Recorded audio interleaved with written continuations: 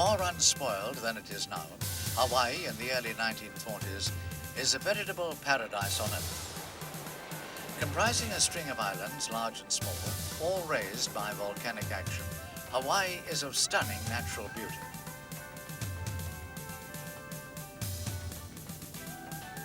Tall waterfalls, often upswept by the wind, cascade down green mountains. From vantage points scattered among the mountains and along the cliffs, Hawaii offers magnificent views of its natural beauty.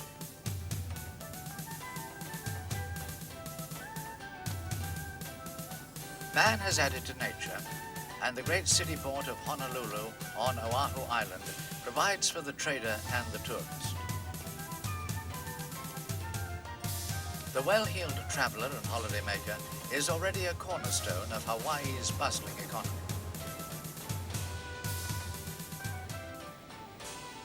Much of the island's better agricultural land is devoted to the production of sugarcane.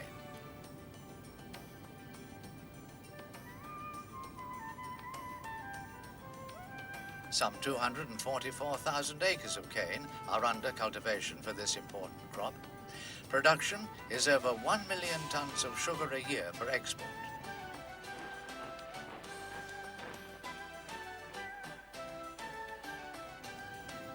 Pineapples are another major export.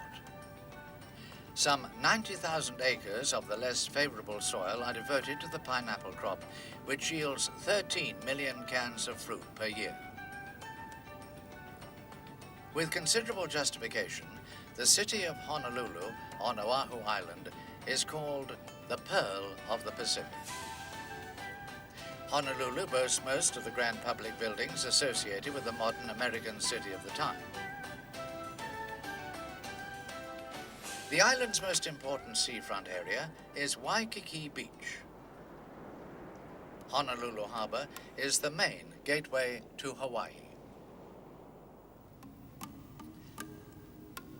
The city is also the home of the so-called Big Five American companies.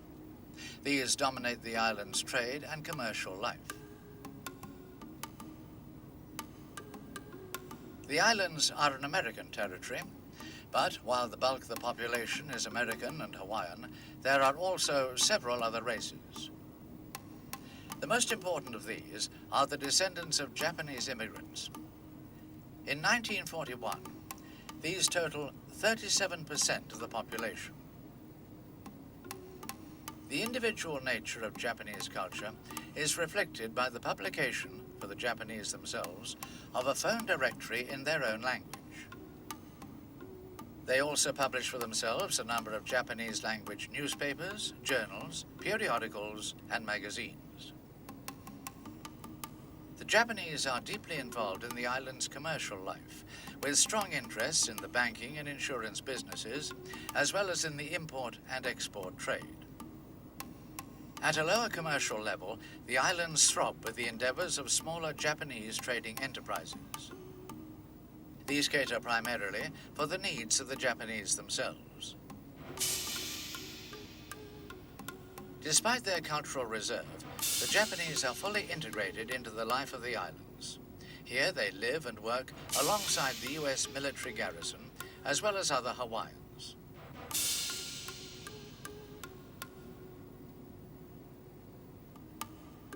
Yet, this does not prevent the Japanese from maintaining strong links with their home islands, whose government maintains a large diplomatic presence in Honolulu. From the late 1930s, as relations between Japan and the USA become ever more strained, fears begin to emerge. It seems all too easy for Japan to deploy agents in the islands to gather intelligence about the American forces. The nature of the rural and urban communities, both rich and poor, means that people of Japanese origin are dotted all over the islands. They can easily see the majority of the bases developed by the Army and Navy.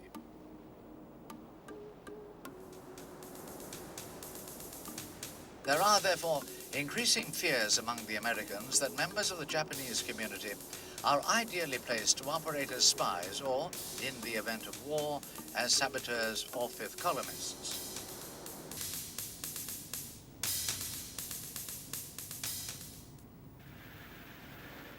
Sure hope we don't miss that shore boat. Oh, we'll make it all right. We always have. Say, there goes one of those new Army bombers. That crate's got plenty of firepower.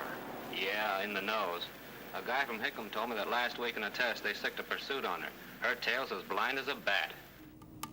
This feeling is increased by the fact that Japan broadcasts in Japanese to their ethnic countrymen in the Hawaiian Islands. There is a growing fear that personal messages transmitted on the radio can be used as the vehicles for coded information.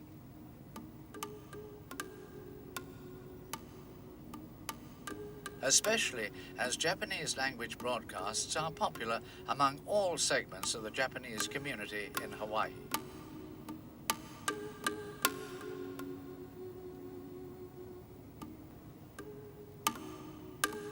This fear of Japanese agents is not without foundation, moreover, for it is easy for the Japanese to infiltrate such spies onto the islands, and reporting back to Japan is not difficult.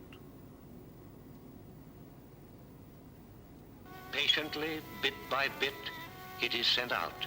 今日はポールハーバーに第12番の上代がある。今週の末頃に軍艦ペンシルベニアとネバダが帰るつもりである。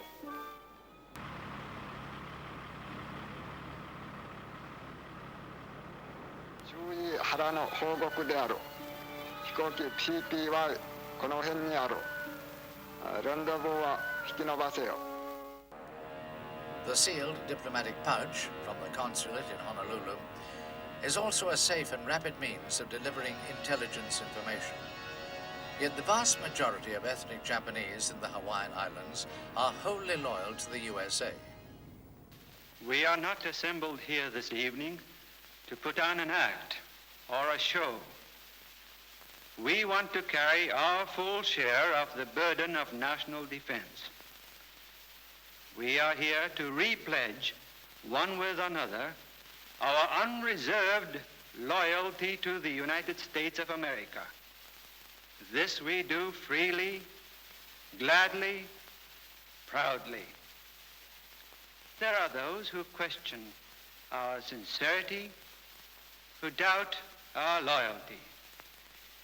But if they would only pause and reflect, they would realize that there is no justification for such an attitude.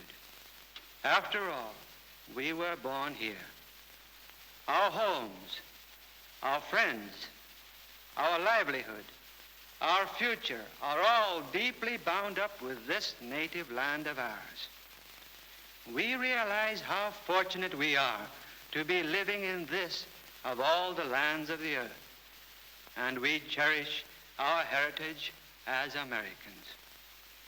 These are not mere words spoken for effect, with tongue in cheek. And we wish to add in unmistakable language that if and when war comes, no matter with what other country, we will give our lives, if necessary, in defense of those democratic principles for which other Americans have lived and fought and died. The 4,000 unarmed men and women enrolled into the Oahu Home Defense Organization work in close cooperation with the territorial government. However, the defense of the Hawaiian Islands will actually rest completely with the U.S. Army and Navy.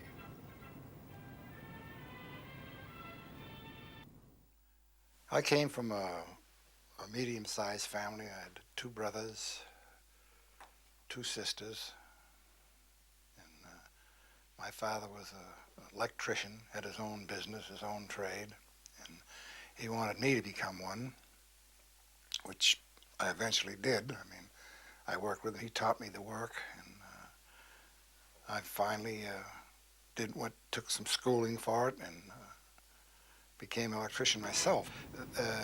The work wasn't there then. It was very, very hard. People didn't have much money. I did the best I could at the time. I mean, it was trying times for everybody, and I don't know. I decided then that I had thought the way things were at the time then, there was all talk of war coming up, maybe here and there, and they were discussing how things were over in Europe, especially with Germany and England being bombed and all this. And I myself, I had the feeling that they were forgetting all about the Pacific, because then things didn't look too good to me then. Roosevelt had then put a boycott on all the oil and metal and steel and stuff like that to Japan. And I figured, well, eventually we're going to fight them, because I don't think that they're going to put up with that. I'd read quite a bit on how they had gone through China, and their aims in the Pacific was to control everything out there. I figured we'd fight them out there. So I said, hell, I'm going to join the Army. Couldn't be any worse than the way things were at the time then. So I went and joined the Army and put in for Hawaii at the time, because that's where I wanted to go, and I got sent over there. In fact, I went in the Army in June of 1941. In August of 41, I was in Honolulu, Hawaii. When I got there, I got sent out to a place called Bellows Field.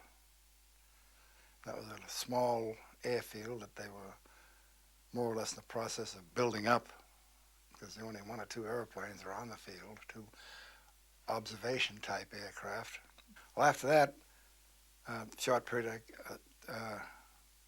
probably a month or less, I was sent to Hickam Field, the base I was originally scheduled to go to. I got to Hickam and got assigned to my outfit. When we could get a pass to go into town, we'd get all cleaned up, get a pass, go into town. It was nice. We could enjoy ourselves, I suppose, to a certain degree, but you couldn't do a heck of a lot because you didn't have much money. It was expensive living in Hawaii then. The prices were high, and we weren't getting much money. We only get $21 a month pay. That wouldn't go very far. It didn't go very far. We'd go in town and walk around, roam around, look at the sights, and maybe buy a couple of beers, and that'd be about it for spending money. Buy a pack or 2 of cigarettes. You just had to look around the sites because there wasn't much to do. I mean, for us, for the military, go swimming, went up the beach, up Waikiki Beach and swim, do a little surfboarding, which was a lot of fun. I used to go in and get a chance to get in town on Sunday. I used to go to band concerts on Kapiolani Park. The Royal Hawaiian Band used to put a concert on every Sunday afternoon. It was really nice, quite enjoyable. And it was free, it didn't cost nothing, so that was a bonus for us. In 1940 and 41, there is a considerable build-up of air strength in Hawaii. Special emphasis is placed on local defense, as well as long-range maritime reconnaissance. The B-17 is to locate and destroy invasion fleets at a distance. The consolidated PBY is for deep ocean patrol. The obsolete Curtiss P-36 is a short-range fighter. The P-40 is more modern, but lacks agility and punch. The Bolo is for the maritime reconnaissance bomber task. The TBD Devastator is an obsolete torpedo bomber. The newer Dauntless is a capable carrier-borne dive bomber. The Wildcat is the Navy's most effective carrier-borne fighter. The Navy's Vindicator is a carrier-borne scout and dive bomber.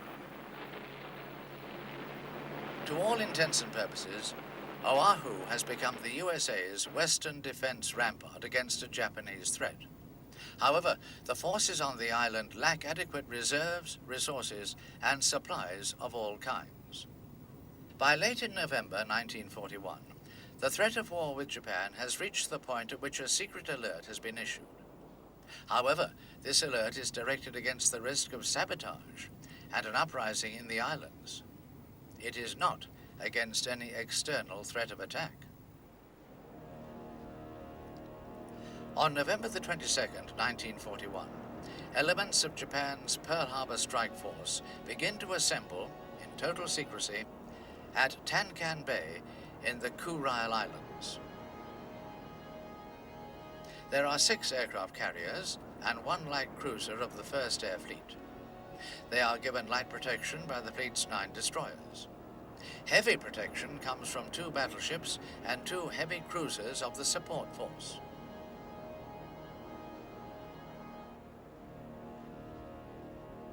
The oldest carrier is the Akagi, a battle cruiser conversion completed in 1927 and modernized in 1938. The Kaga is a battleship conversion completed in 1930 and modernized in 1935. Agaki and Kaga are the 1st carrier division. The Soryu is one of the Japanese Navy's experimental carriers, launched in 1935 and completed in 1937. The Hiryu is a scaled-up development of the Soryu, completed in 1939. Hiryu and Soryu comprise the 2nd carrier division. The Shokaku and Zukaku are brand new sister ships, completed only 4 months earlier. They make up the 5th carrier division.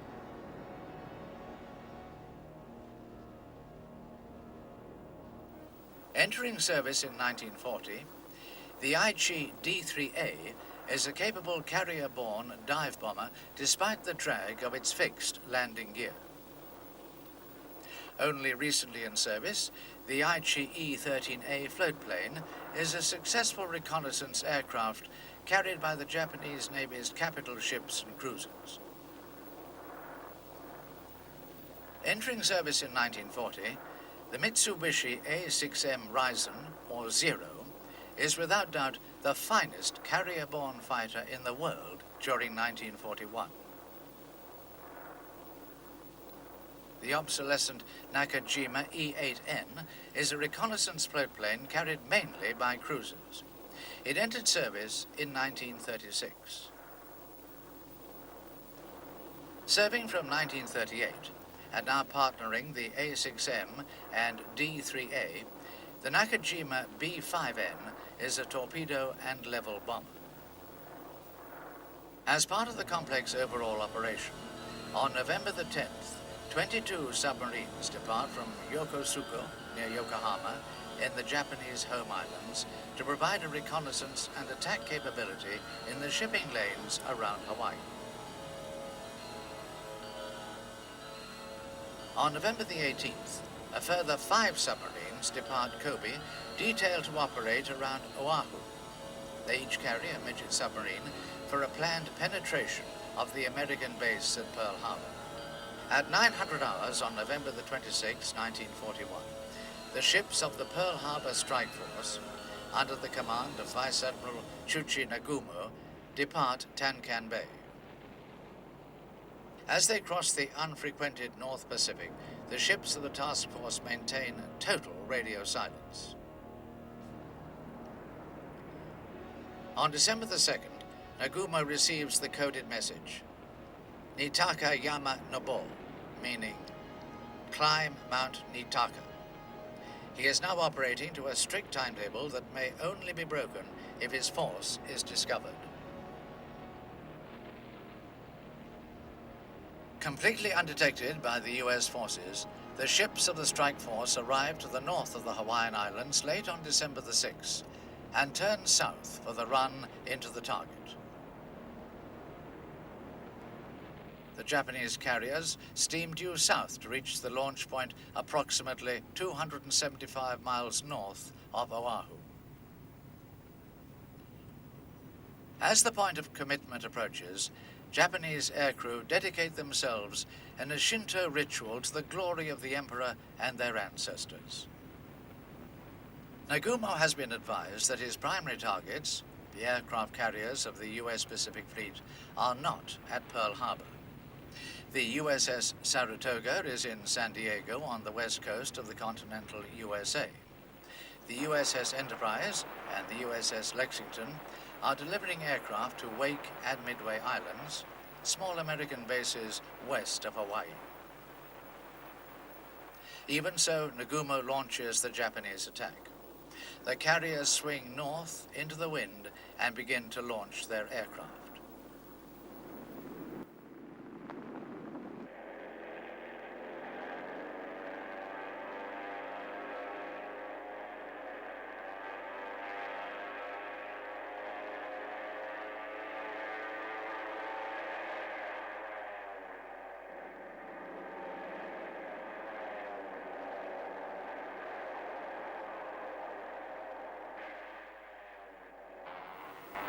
By 06:15 hours, 183 Japanese aircraft have taken off.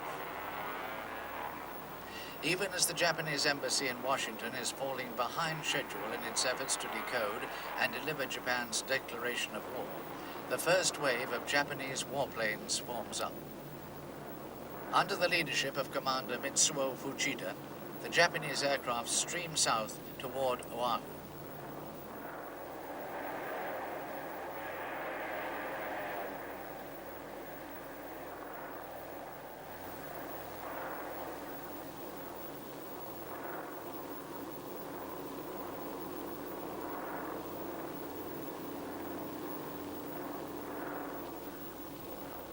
Oahu is totally unaware of what is about to befall it. Lying peacefully in Pearl Harbor itself are 70 warships and 24 auxiliary ships of the U.S. Pacific Fleet.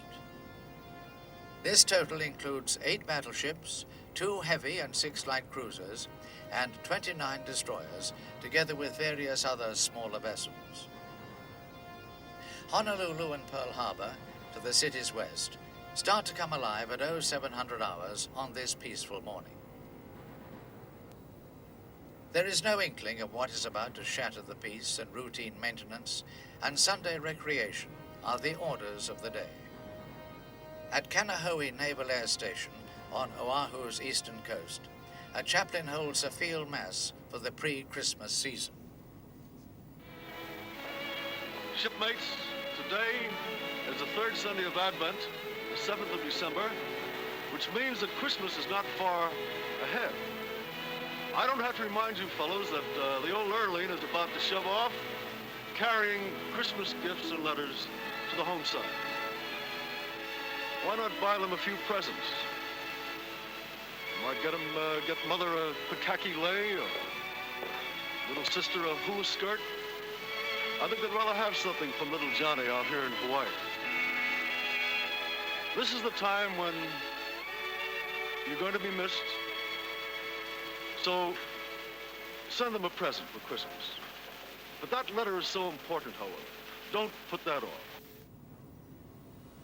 The first warning is sounded at 0702 hours. Private Joseph L. Lockhart, training on the radar at Opana on the northern tip of Oahu, detects a large formation of aircraft to the north. He reports his findings to the Control Information Center.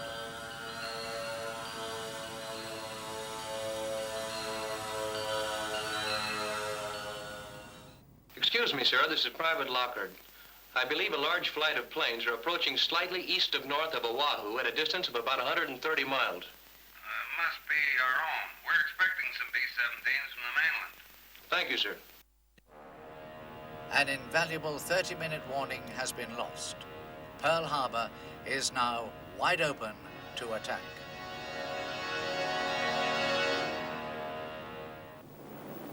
In the early light of December the 7th, 1941, 183 Japanese warplanes wing their way south towards Oahu. Over Oahu's north coast, the Japanese divide into separate attack groups.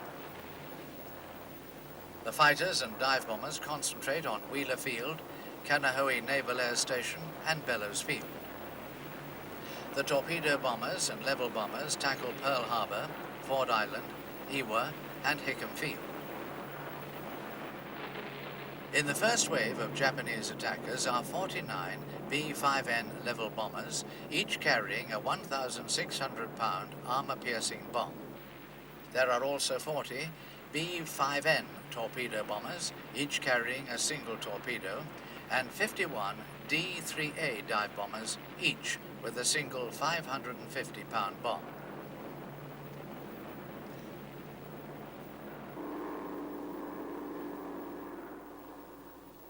They are escorted by 43 Zero fighters. The US targets below are totally unprepared.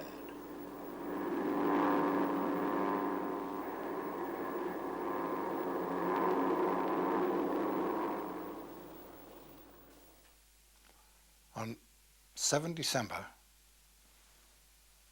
the Sunday morning of Pearl Harbor, we had all come back from the mess hall. We'd eaten our breakfast, come back to the mess hall, and most of us were laying out on our sacks, relaxing, taking it easy, because on a Sunday, but the only time you could do that, you're not allowed to lay on a bed during the week in the Army. So we were all relaxing, taking it easy, and all of a sudden we hear a terrific explosion. What the heck's going on here? Are those Marines out bombing again with their practice?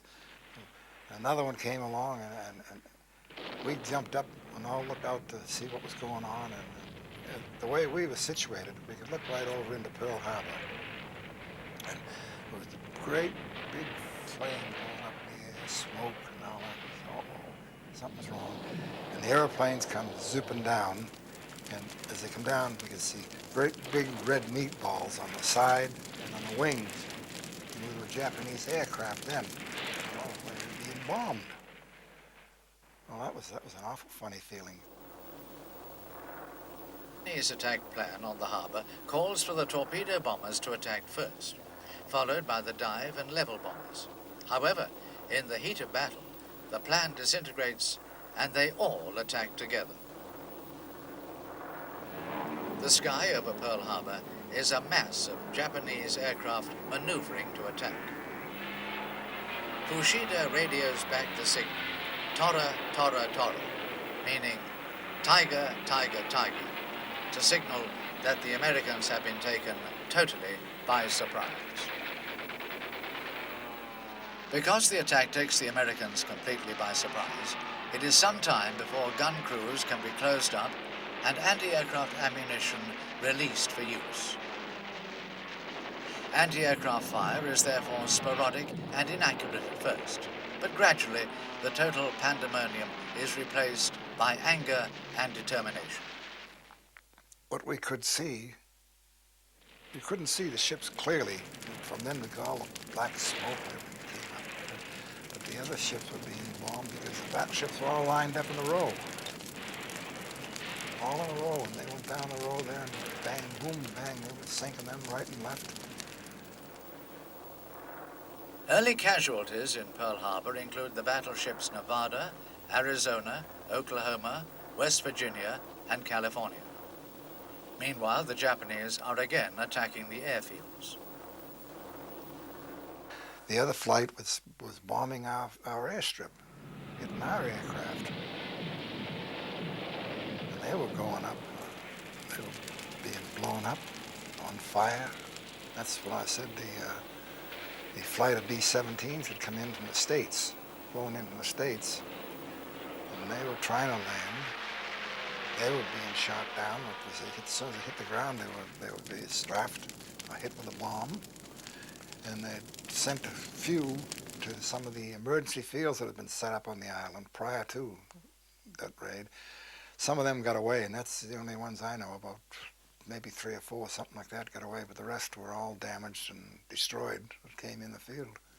Well, I don't know of any aircraft that were left whole on that day. They destroyed that many, which they also did at Wheeler Field adjacent to Schofield Barracks. They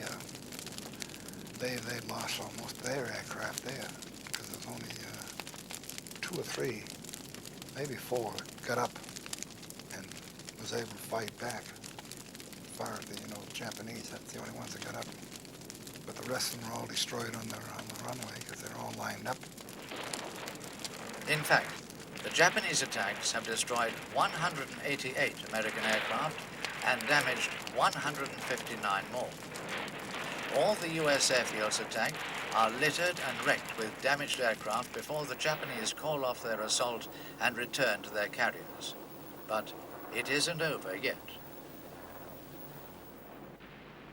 A second wave of Japanese attackers begin to take off at 07:1500 hours. This force totals some 169 warplanes. None of the warplanes is equipped for torpedo bombing, so the aircraft consist of 50 level bombers and 133 dive bombers, together with 37 Zero fighters. As before, the fighters provide escort for the attack aircraft and are also under orders to attack targets of opportunity, such as aircraft on the ground as well as in the air, with their two 20mm cannons. The second attack wave reaches the northeastern coast of Oahu at about 0850 hours. By this time it has divided. The formations will tackle 6 different targets. Kanoe Naval Air Station is also a primary target, but this is the home of the consolidated PBY long-range flying boats that might be able to locate carriers as it withdraws, and call in surface or air attackers. Escorted by fighters, the dive bombers concentrate their attacks on targets in and around Pearl Harbor. The plan is to maximize the chances of finding targets of opportunity. By this time, though, the defenders are alert, and all available anti-aircraft guns make the task of the Japanese considerably harder. The second attack damages battleship Pennsylvania, flagship of the Pacific Fleet, the battleships Maryland and California, and severely damages the destroyers Cassin and Downs.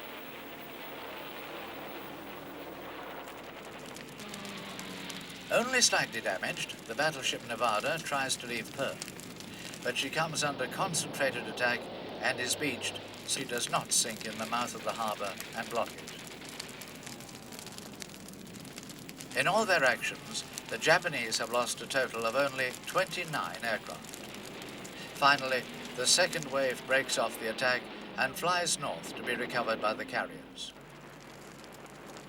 They have also lost 1 fleet submarine and all 5 midget boats, of which 1 has struck a reef and the other 4 have been sunk. Of the Pacific Fleet's 8 battleships, 3 have been sunk, 1 has capsized, and the other 4 have been badly damaged. Other losses include 3 moderately damaged light cruisers, 3 severely damaged destroyers, and 3 other ships damaged, beached, or capsized. But the loss of human life has also been horrific.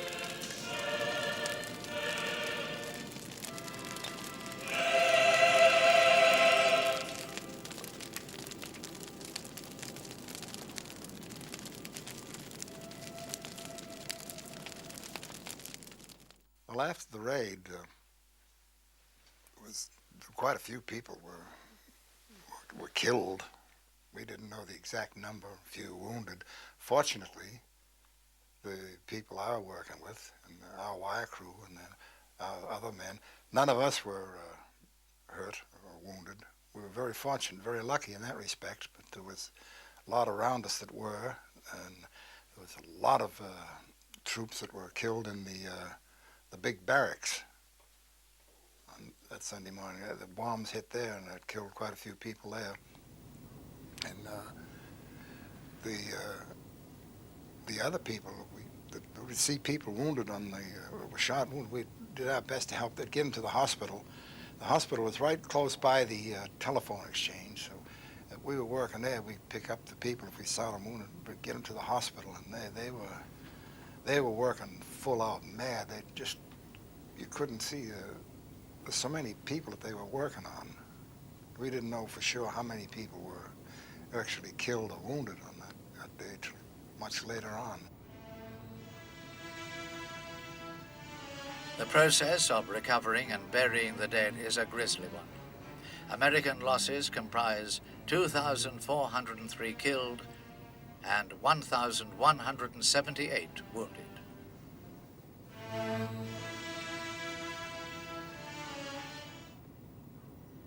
The Imperial Japanese Navy is quick to announce the nature and details of its stunning success. 帝国海軍は本8日未明ハワイ方面の米国艦隊並びに航空兵力に対し Japan's press corps is quick to trumpet the apparently enormous success of the Imperial Japanese Navy's triumph. Again, though, the long-term implications of the attack are ignored for the short-term propaganda coup. General Hideki Tojo, the Prime Minister of Japan, reads the imperial rescript issued in the name of the Emperor Hirohito. The rescript declares a state of war. It also calls on the Japanese people to shoulder the burden of sacrifice that will be necessary to secure the future of the Japanese Empire. It urges them to struggle for the fate of the Far East. Before the outbreak of the war, 1941, we already sensed that something going to happen. Second World War and Pacific War is going to happen. And we feared very much. So when the war started and Japan attacked Pearl Harbor, I remember that my parents were very scared. So I was only 10, and I was protection of my parents. But everybody talking about it's going to have a tragedy, big tragedy in future. As I remember. Early on the morning of December 8th Japanese time, December 7th Pearl Harbor time, the telephone rang at about 7 o'clock in the morning that the Japanese Foreign Secretary wanted to see my father.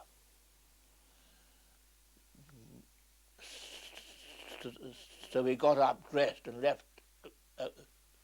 quickly, expecting to receive a declaration of war. Instead of that, he was just informed by Mr. Togo that, sadly, negotiations had been broken off. He then went immediately to see Grew, the American ambassador, with whom he'd always kept in the very closest touch throughout his office in Japan. I was rather surprised that police tried to bar his entry. However, he insisted on going in, not knowing that, in fact, a state of war existed. Meantime, the Japanese cook and servants came up to tell my mother, after my father's departure, that they'd heard that there were Japanese attacks at Hong Kong and Malaya. My mother immediately got on the telephone to the wives of the embassy staff, and with the message, the balloon is rising. 90% of the wives knew what this meant and immediately left for the safety of the embassy. Alas, one silly wife, who should be nameless, says, "Does this mean war's broken out?" Immediately all lines were cut. Pearl Harbor is only one element of Japan's entry into World War II. On the same day, Japanese troops landed Hong Kong and in Malaya on the Asian mainland. As they quickly reveal in Hong Kong, the Japanese are highly capable, if brutal soldiers, and soon the British and American forces are in severe difficulty. On December the 8th, President Franklin Roosevelt addresses a joint meeting of the two houses of Congress. Yesterday, December 7th, 1941, a date which will live in infamy. the United States of America was suddenly and deliberately attacked by naval and air forces of the Empire of Japan. The United States was at peace with that nation, and at the solicitation of Japan, was still in conversation with its government and its emperor, looking toward the maintenance of peace in the Pacific. Indeed, 1 hour after Japanese air squadrons had commenced bombing in the American island of Oahu, the Japanese ambassador to the United States and his colleague delivered to our Secretary of State a formal reply to a recent American message. Japan has therefore undertaken a surprise offensive extending throughout the Pacific area. The facts of yesterday and today speak for themselves. The people of the United States have already formed their opinions and well understand the implications to the very life and safety of our nation. With confidence in our armed forces, with the unbounding determination of our people, we will gain the inevitable triumph, so help us God.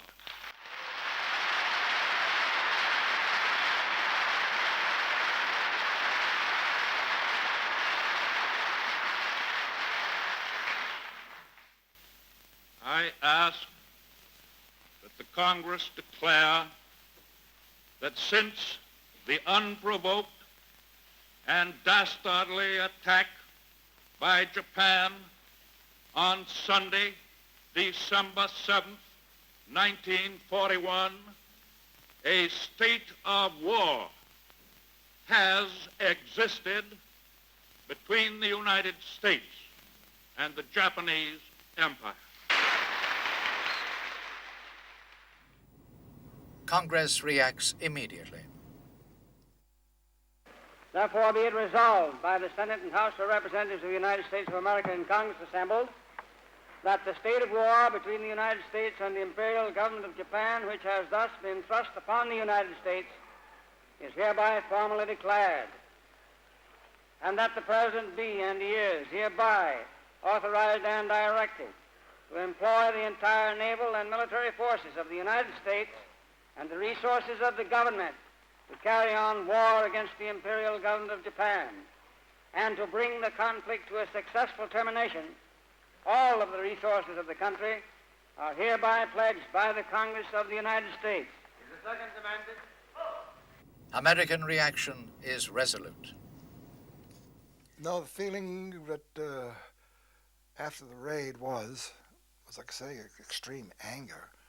They don't believe that they had any idea in their mind that we'd lose it, if the war now. They figured that there might be a hold-up or delay, but they were anxious and eager to get going and get fighting back. That was the thing. They wanted to get back into the fight and fight them. But as it was held up for quite a while till they got equipment, got repairs, and more people out there. Then they started their move on toward Japan. But they never had a doubt in their mind they're going to lose a war. No, they figured we would win it. But we realized it'd be a long, hard fight. Because all people's conception at that time, some of the Japanese, they weren't good fighters. They couldn't do this, they couldn't do that, but they surprised the world. They were pretty good. They were pretty tough. And they were damn good fighters. American propaganda is soon in full swing. The labeling the attack on Pearl Harbor as typical of the Axis brand of war, a stab in the back on Sunday morning. In Hawaii, Governor Poindexter signs a declaration of martial law. Soon, windows are taped to reduce the chances of flying glass after an explosion. Measures are taken to protect key installations with sandbags and barbed wire. The beautiful beaches quickly sprout barbed wire entanglements in case the Japanese invade. War has come to Hawaii. The threat of renewed air attack is reflected in the temporary destruction of public parks by the digging of slit trenches. Bomb shelters are also built, some of them prefabricated.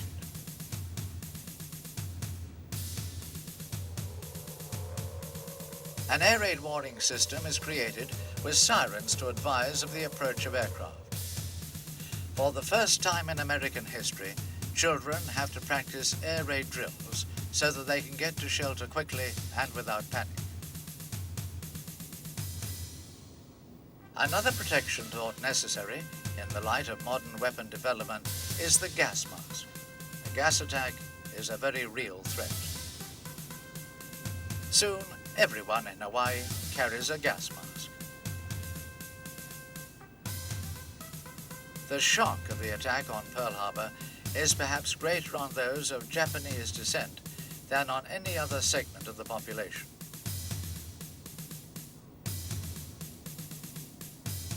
Soon, every vestige of written Japanese has been covered, removed, or otherwise altered to reflect American rather than Japanese allegiance. Almost as soon as the last Japanese aircraft leave after their attack on Pearl Harbor, the first plans are drawn up to evaluate the damage. Only in this way can the task of repairing the crippled ships be done most effectively. The Pacific Fleet can then be restored to the greatest possible strength in the shortest possible time. A key man is Captain H.N. Woolen of the Bureau of Ships and an expert in salvage and repair. In an extraordinarily short time, those facilities at Pearl Harbor spared by the Japanese are working round the clock to get the damaged ships back into commission. The rules are generally forgotten, and a superhuman effort of hard work and ingenuity provides the stream of repairs that get less damaged vessels back into service. Work proceeds as quickly under the water as the yard crews strive to provide the fighting men with the weapons they need to take the war to Japan.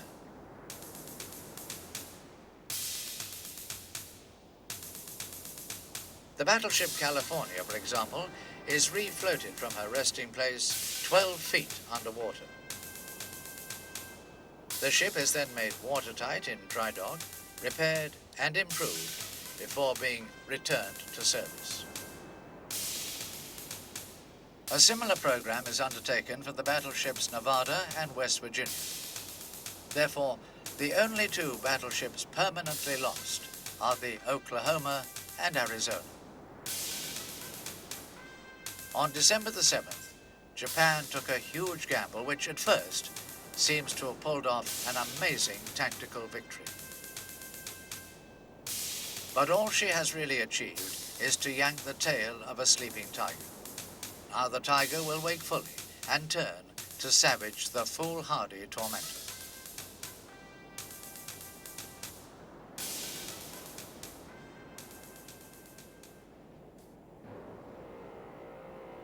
On the same day that the Japanese Navy strikes Pearl Harbor, the Japanese Army starts a series of concerted offensives against the Allied powers in Southeast Asia.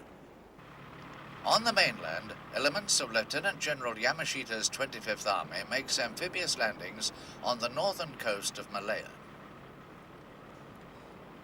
Reinforced with armor and extra artillery, the three Japanese divisions made good progress to the south. British resistance is weak, but the bulk of Lieutenant General Percival's strength is concentrated in the south to protect the great city and naval base of Singapore.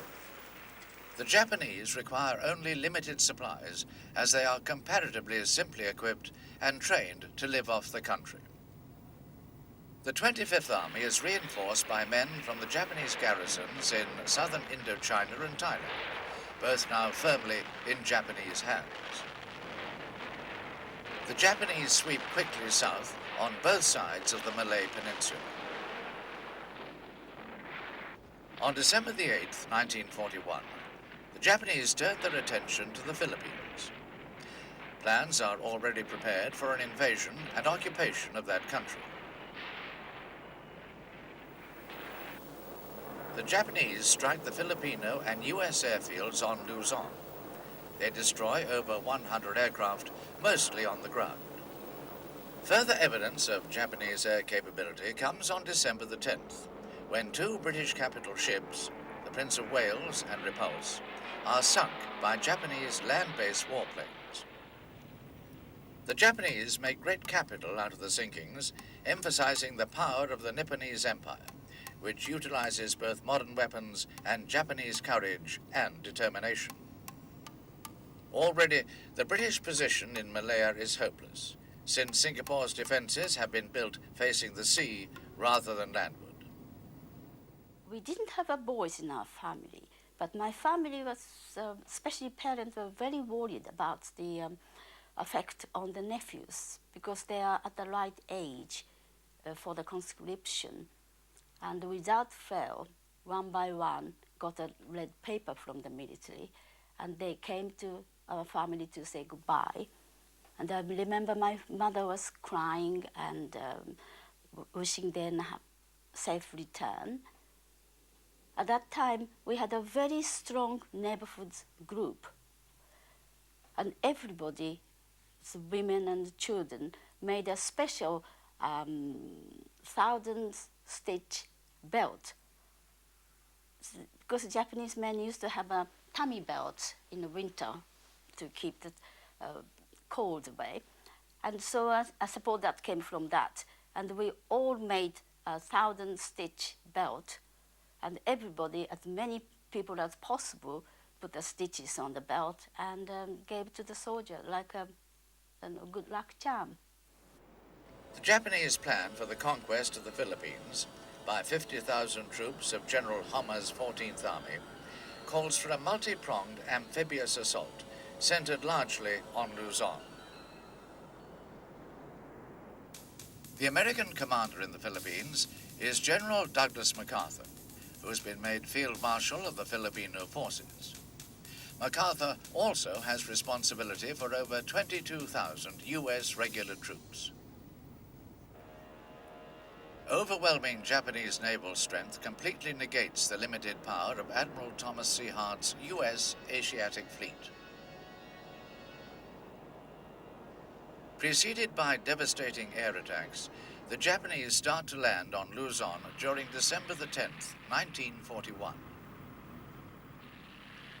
The main landing at Lingayen Gulf follows on December the 22nd, and by the 31st, the Japanese have landed on other Philippine islands to the south, effectively isolating Luzon. These new conquests will provide launching points for the offensive against the Dutch East Indies. The assault on Luzon has been carefully planned, and the divisions move south towards the Philippine capital, Manila. The city is soon bombed, dispiriting the civilian population and disrupting MacArthur's defenses. By now, the air base at Clark Field has been destroyed. Like the British, the U.S. has completely underestimated Japanese air strength. The U.S. Far East Air Force has been destroyed. By the end of 1941, the Japanese forces are in sight of Manila, declared an open city, but still being bombed. By this time, MacArthur has decided to concentrate the surviving U.S. and Filipino forces on the Bataan Peninsula. Here, MacArthur hopes that his forces can hold on until a relief force arrives. The Japanese take Manila on January the 7th, 1942. their forces on Luzon now concentrate on the reduction of the American and Filipino forces holding Bataan. The Japanese claim to have liberated the Philippines from colonial rule and pushed the advantage of living in the greater East Asia co-prosperity sphere. On March the 11th, MacArthur is evacuated from Bataan by PT boat and is sent to Australia. All resistance on Bataan ends on May the 6th. Japan's next objective, after Malaya and the Philippines, is the Dutch East Indies. The operations start on February the 14th, 1942, with airborne landings on Sumatra. These are followed by numerous amphibious assaults over an ever-increasing area of the East Indies. An Allied shortage of weapons and supplies does nothing to help check Japan's progress through the islands. Japanese airborne operations also demonstrate that the Allies are being outgeneraled and outfought.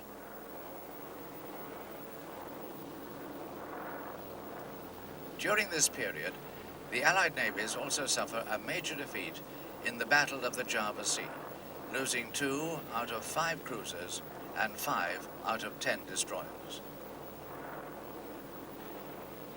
The Japanese sweep through the East Indies, which are finally secured by March the 9th.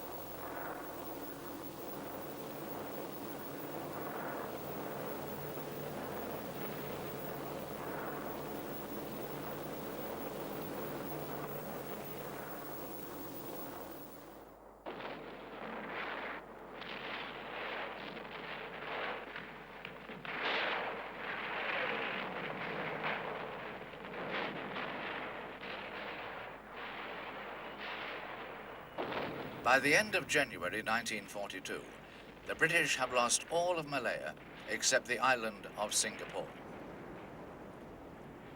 On February the 8th, the Japanese cross the Strait of Johor under cover of heavy air and artillery bombardment. They then advance across the island towards the city of Singapore, taking many prisoners on the way. By February the 15th, General Percival concedes that all is lost and seeks to obtain terms from the Japanese. The British negotiating party proceeds, under Japanese escort, to the heavily camouflaged Ford building. General Yamashita, known as the Tiger of Malaya, will not negotiate and demands immediate and unconditional surrender. Percival has no option but to capitulate, and the Malayan disaster ends on February the 15th. The British have lost almost 139,000 British troops, most of them taken prisoner. Japanese losses are just under 10,000 men. Northern Australia is now within range of Japanese air attack from the East Indies. On February the 19th, 1942, the Japanese launch a raid on the port city of Darwin. The Japanese strength is 90 aircraft, comprising 72 bombers and 18 fighters.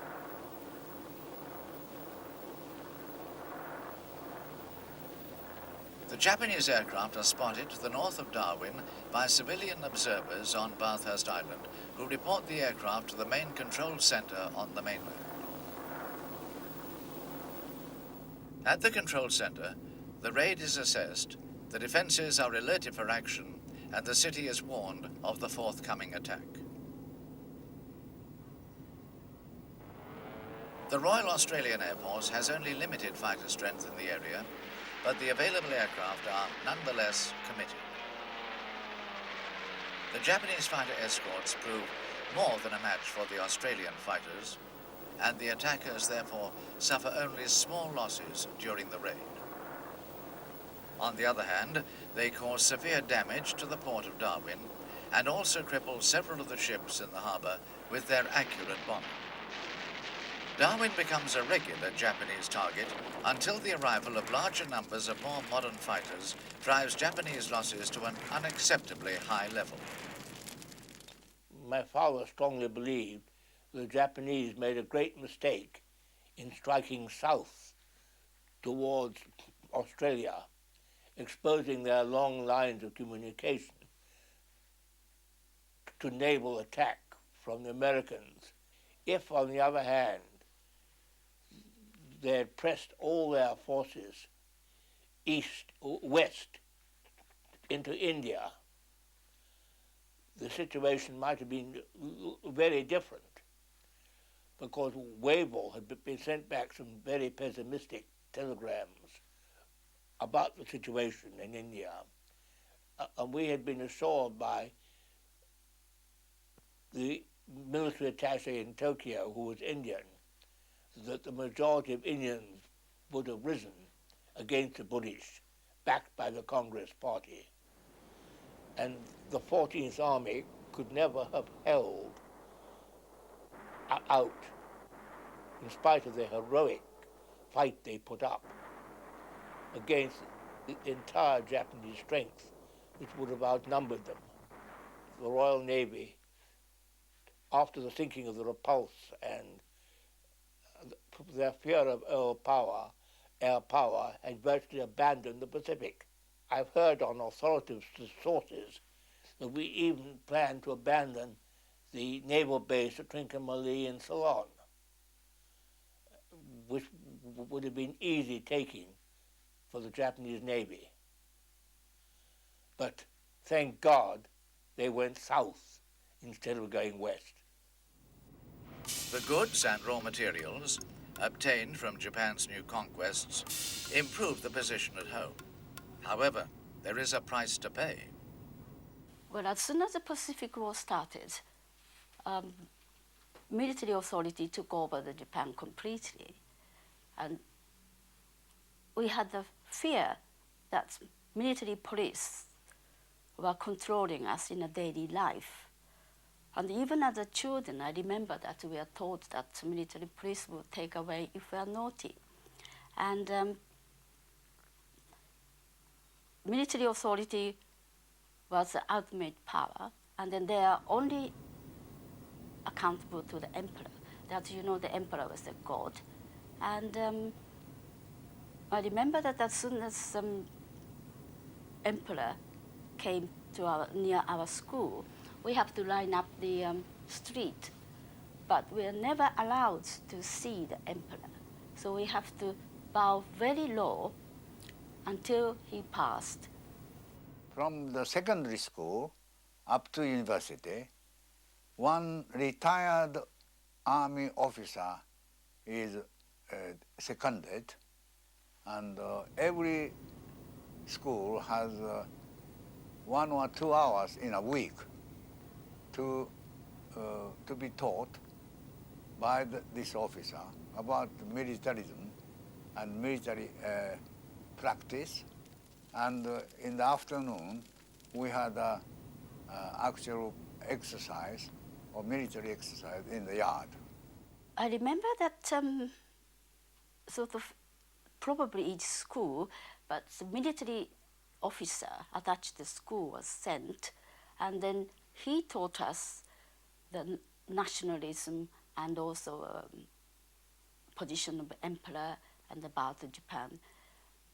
And we are sort of brainwashed that how Japan was great and we have to make effort and sacrifice the time and energy completely to the state and to win the war.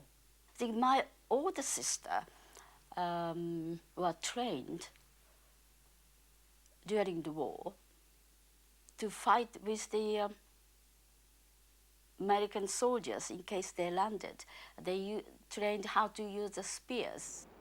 The Allied position in the war against Japan now needs a bold stroke to boost Allied morale and dent Japanese confidence. In a tactically and technically daring move, 16 Mitchell twin-engine bombers are loaded on board the carrier USS Hornet. Lieutenant Colonel James H. Doolittle coordinates the plan with Captain Mark Mitcher of the Hornet. The Army bombers are to take off and bomb Tokyo, 800 miles distant. Cover is provided by Task Force 16. Under the command of Admiral William F. Halsey, flying his flag on the carrier USS Enterprise. On April the 18th, all is ready. Final preparations are made, and mechanics ensure that the bomber's engines are running perfectly. The Hornet swings into the wind, and the B-25s lumber off the carrier's deck in a steady succession. The plan is for the bombers to take off and head for Japan, where Tokyo and a few other selected targets are to be attacked. The Mitchells will then head for emergency landings in unoccupied China. No destruction of vital targets can be achieved, but the raid will reveal to the Japanese that the USA is very far from being out of the war. The sight of the U.S. Army Air Force's twin-engine bombers clearing the forward end of the Hornet's flight deck and climbing away is, to say the least, remarkable.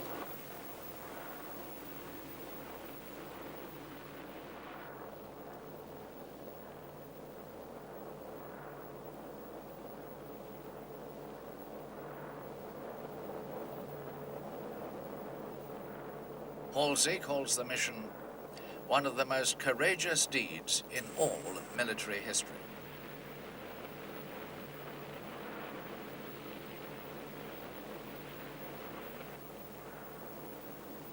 Doolittle himself summarizes the importance of the operation. The highly successful air raid on Tokyo was the result of weeks of careful preparation. Each pilot, co-pilot, bombardier, navigator, gunner, and the ground crews were volunteers and were carefully trained for the specific mission. The men and the officers did a heroic job. One day I was practicing archery in the garden, Japanese archery in the garden, with my parents and the air attaché. When we saw a plane flying overhead, the air raid sirens went, but we thought it's just another Japanese practice. But the air attaché was astounded that the anti-aircraft bursts were so near to the plane we saw overhead. And said that they're shooting very close to that plane. It must be extremely dangerous for practice. And then we suddenly realized that this was in fact an air raid. This was wonderful news for us, having for months been subjected to Japanese propaganda of Japanese victories everywhere. We at last knew that Britain and America were doing something, were hitting back. And someone in the embassy was giving a birthday party that night by coincidence. So all the alcohol which we had left was sent to their house, and we had a party which I will certainly never forget. Although I was only 16 at the time, it was one of the happiest parties I ever remember. By now, the U.S. has reorganized its forces in the Pacific Theater. Admiral Chester W. Nimitz leads the Navy-based forces operating over the vast Pacific Ocean areas from his headquarters in Hawaii. One of the key features of the American success is that its cryptanalysts have broken the key Japanese naval codes. This allows Nimitz and his staff officers to plan on the basis of the moves that are actually being schemed by the Japanese. The result is that Nimitz can use his numerically inferior forces to the best possible effect. He can also use tactical surprise to hit hard in selected areas and so build up a pattern of victories of strategic importance. The next Japanese plan is to seize southern New Guinea and the southern Solomon Islands north of Australia. Nimitz intends to ambush these forces in the Coral Sea, using a task force which includes the carriers Lexington and Yorktown. The resulting Battle of the Coral Sea, on May the 7th and 8th, is the world's first naval engagement in which the ships of both sides never see each other. Coral Sea is a battle of aircraft. The US is now learning the tactical lessons that the Japanese have already discovered in China and the early part of World War II. The battle is confused and both sides make errors. First blood goes to the Americans, whose aircraft find and sink the carrier Shoho on May the 7th.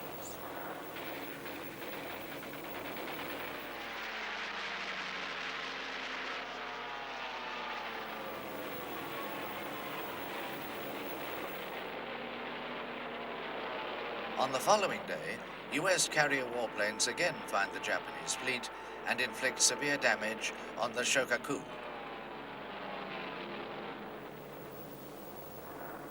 However, Japanese carrier-borne aircraft also find the American task force and attack both carriers.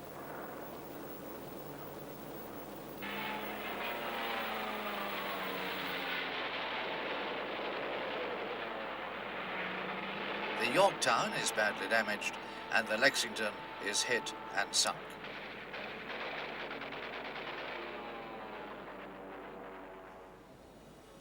Admiral Yamamoto's plan for Midway is to combine the superior firepower of his battleships with the air power of his carriers to decimate the Pacific Fleet.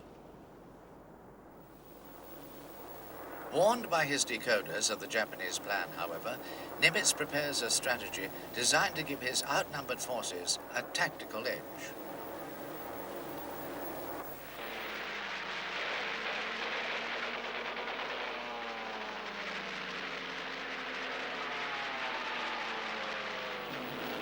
For Midway, fought between June the 4th and 6th, the US Navy deploys the three available carriers, Enterprise, Yorktown, and Hornet, with cruiser and destroyer escort under Admiral Fletcher. Ranged against them are Yamamoto's 4 fleet and 2 light carriers, 9 battleships, 11 cruisers, and 41 destroyers. The battle is again fought largely by the carrier-borne aircraft. The US loses the fleet carrier Yorktown, which sinks after the battle. The Japanese lose the fleet carriers Akagi, Kaga, Soyu, and Hiryu. These are all veterans of Pearl Harbor. They take to the bottom, with them the irreplaceable cream of the Japanese Naval Air Arm. We felt then, during the start of the Battle of Midway, that this was a chance to hit back at them and get moving ahead. Because they flew everything that we possibly had, aircraft, ships, and everything, was thrown into that battle. And it was quite touch and go for a while there, but as it turned out, we were more or less successful. And I think from then on, things were much easier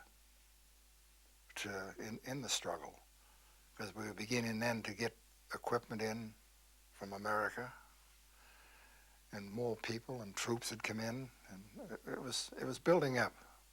It was getting much better. Midway cripples the Japanese Navy and gives the USA the strategic initiative it will keep in the Pacific for the rest of the war. In September 1945, on board the battleship Missouri in Tokyo Bay, Japanese and Allied representatives signed the document of Japan's unconditional surrender. There has been much bitter fighting, but after Midway, the final result was no longer in doubt, and Pearl Harbor has now been avenged. As the presiding officer, General Douglas MacArthur can now justly say, "Let us pray that peace be now restored to the world, and that God will preserve it always. These proceedings are closed."